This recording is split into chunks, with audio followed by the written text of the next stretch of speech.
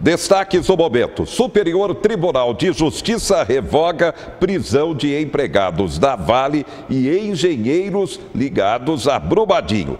Ministro da Economia, Paulo Guedes, estima economizar 1 trilhão com a reforma previdenciária. Maia, o presidente da Câmara Federal, prevê a votação em maio. Presidente Bolsonaro melhora, passa a ingerir líquidos, mas não tem previsão de alta no Hospital Albert Einstein, em São Paulo.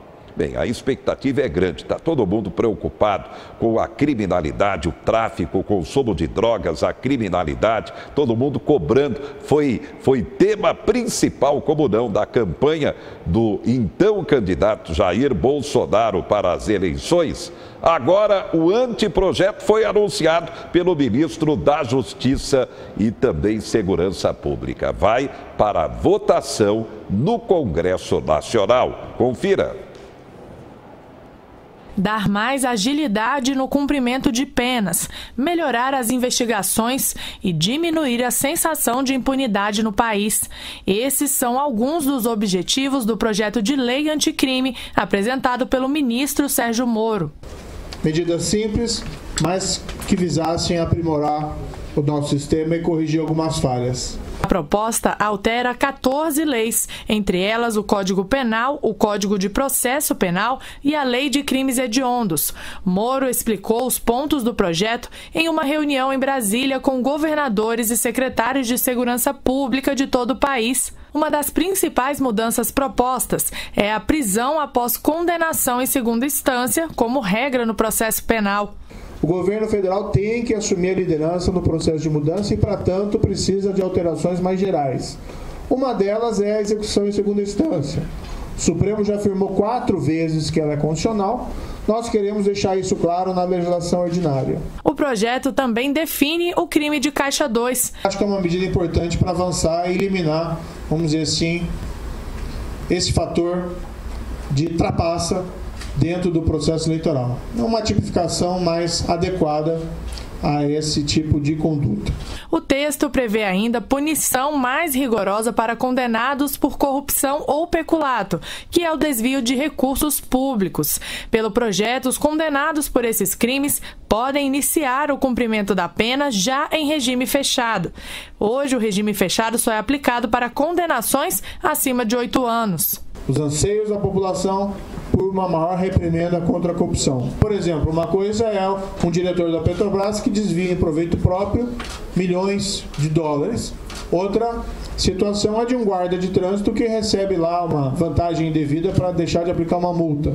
É grave? É grave. Mas não precisa de regime fechado no segundo caso. No primeiro caso, precisa. O texto também prevê o início de cumprimento da pena em regime fechado para todos os condenados por crimes em que se utilizam armas de fogo. Pela legislação atual, eventualmente isso não é imposto. A pena fica abaixo do montante necessário para o regime fechado. Nós estamos estabelecendo isso como regra.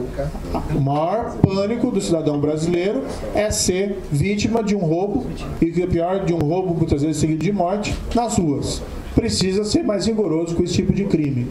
A população quer que as ruas fiquem mais seguras. Não se resolve tudo pela lei, mas parte se trabalha com a lei também. Se tem que mexer na lei, tem que ser mais rigoroso para esse tipo de crime. Em caso de crimes hediondos em que houver morte, o condenado só poderá progredir de regime do fechado para o semiaberto, por exemplo, após cumprir 3/5 da pena. Hoje, esse período é de 2/5 da pena. Aqui no Brasil, as pessoas muitas vezes se sentem satisfeitas, com razão, porque homicidas qualificados ou pessoas responsáveis por crimes atrozes ficam menos de 10 anos na prisão. Tem que endurecer em relação a esse tipo de criminalidade. O que nós estamos estabelecendo é que, em caso de crime hediondo, com resultado morte, só a progressão da pena com 3/5 de cumprimento dela. O projeto agora segue para o Congresso Nacional. A medida faz parte das metas prioritárias dos 100 dias de trabalho do governo federal.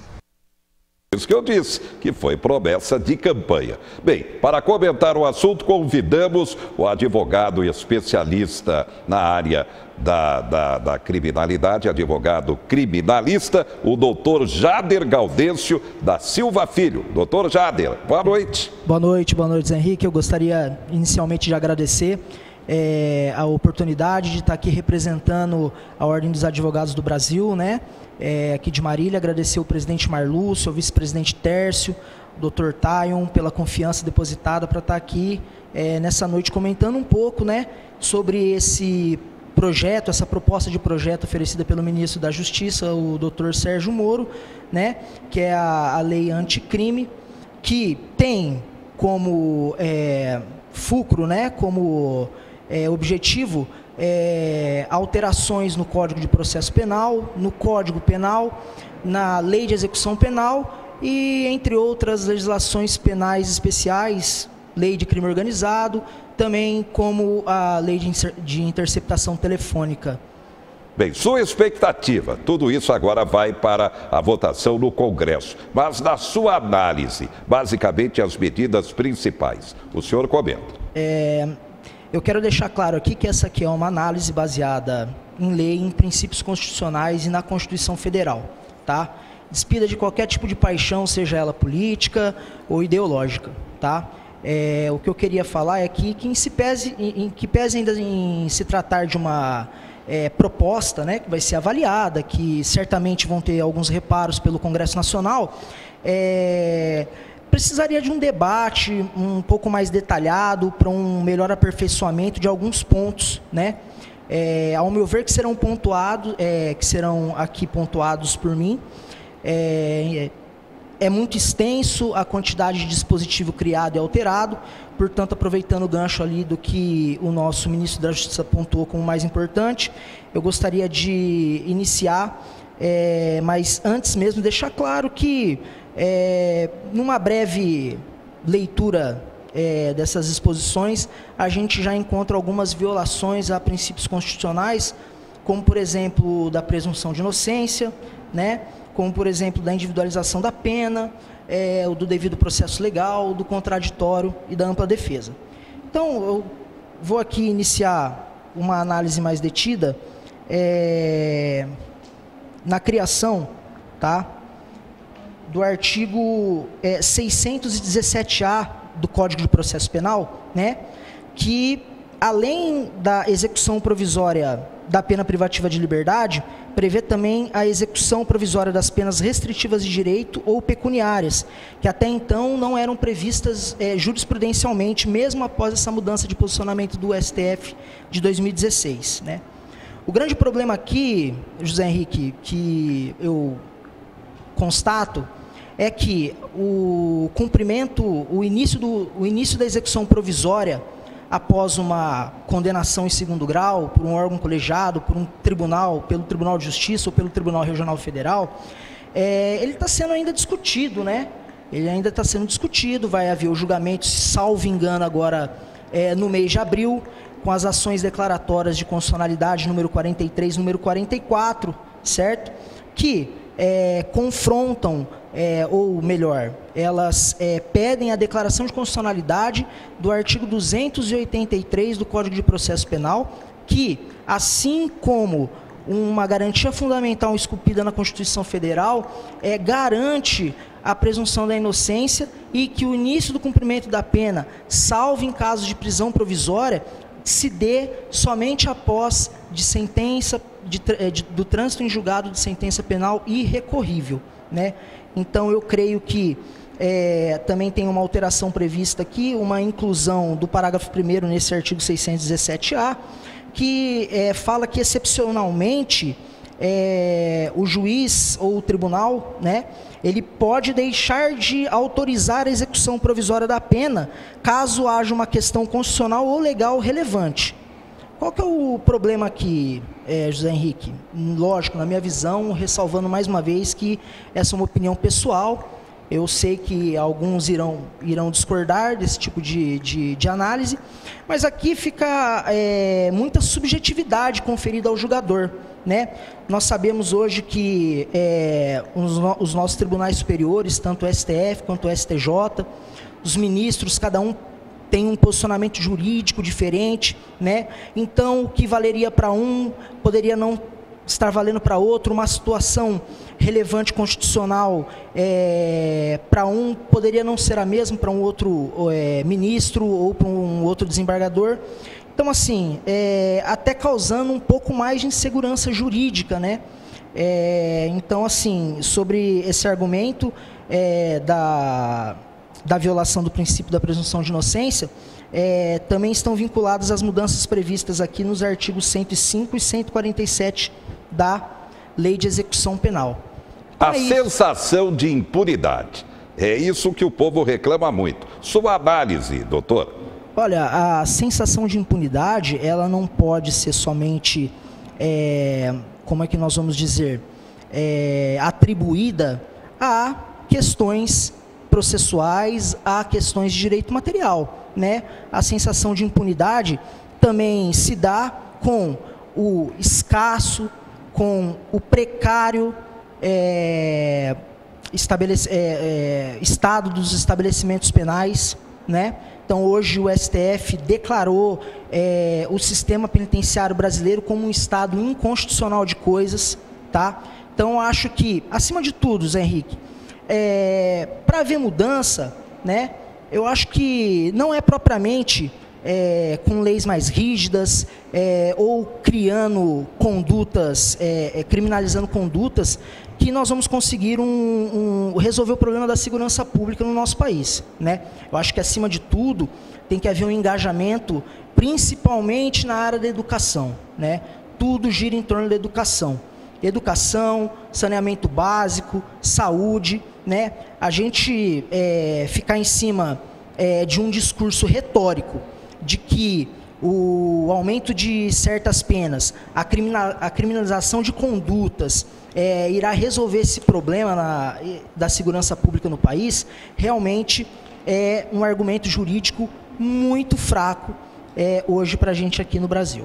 Muito bem. Obrigado, doutor Jader Gaudêncio da Silva Filho, advogado criminalista, nosso convidado para falar sobre o projeto anticrime que agora vai ser enviado e votado pelo Congresso Nacional. A OAB, Ordem dos Advogados do Brasil, é tida como o quarto poder do país, analisando ainda tecnicamente todas as propostas para que tenha um posicionamento oficial. E o doutor Jader foi o nosso convidado aqui, enviado pela OAB, exatamente já para tecer as primeiras informações, análises.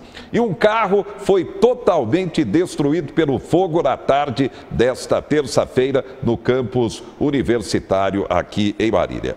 O fato aconteceu no Jardim Araxá, ao lado da Unimar, um Ford Fiesta. Não se sabe como o fogo começou e rapidamente o carro foi tomado pelo incêndio aí, totalmente destruído. Homens, funcionários de um posto de combustível ali nas proximidades ainda tentaram ajudar, mas realmente não foi fácil. Os bombeiros chegaram, tentaram controlar, conseguiram controlar as chamas, mas a destruição, a perda foi total. Agora, a perícia técnica, Polícia Civil, Polícia Técnica vai tentar descobrir como o fogo começou destruindo esse veículo. Teria sido um incêndio criminoso? Agora é com a polícia. Destaques finais. Como manchete, você conferindo aqui no 4. TV paga perde 550 mil assinantes em 2018. WhatsApp introduz a função de desbloqueio com acesso biométrico. Ainda, proposta do governo é pagar PIS para o trabalhador que recebe até um salário, apenas para quem recebe até um salário. Hoje recebe quem ganha até 2 mínimos, desde que esteja inscrito no programa PIS-PASEP. NEC ainda não comprou 11 milhões de livros para a rede pública. Como destaque também, atenção IPTU em Marília, Cardês continuam sendo entregues. Atenção, prazo de vencimento, dia 15 de fevereiro, com reajuste de 10%. IPVA, para quem parcelou o IPVA, segunda parcela a partir da próxima segunda-feira para carro, moto, caminhonete, ônibus, micro-ônibus. A segunda parcela para quem parcelou a partir de segunda, placa final 1. Quem perdeu o prazo em janeiro pode pagar em cota única, mas dessa vez sem o desconto. Justiça determina o cômputo do auxílio-doença na aposentadoria por idade. Pelo menos é a regra que está valendo por enquanto. Obrigado pela sua atenção. A gente volta a qualquer momento. Você tem sempre a informação aqui no 4.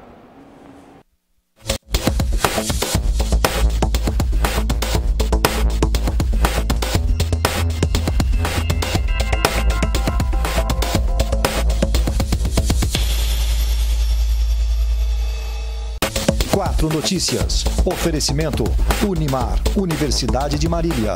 Taust faz toda a diferença. E Menin Engenharia.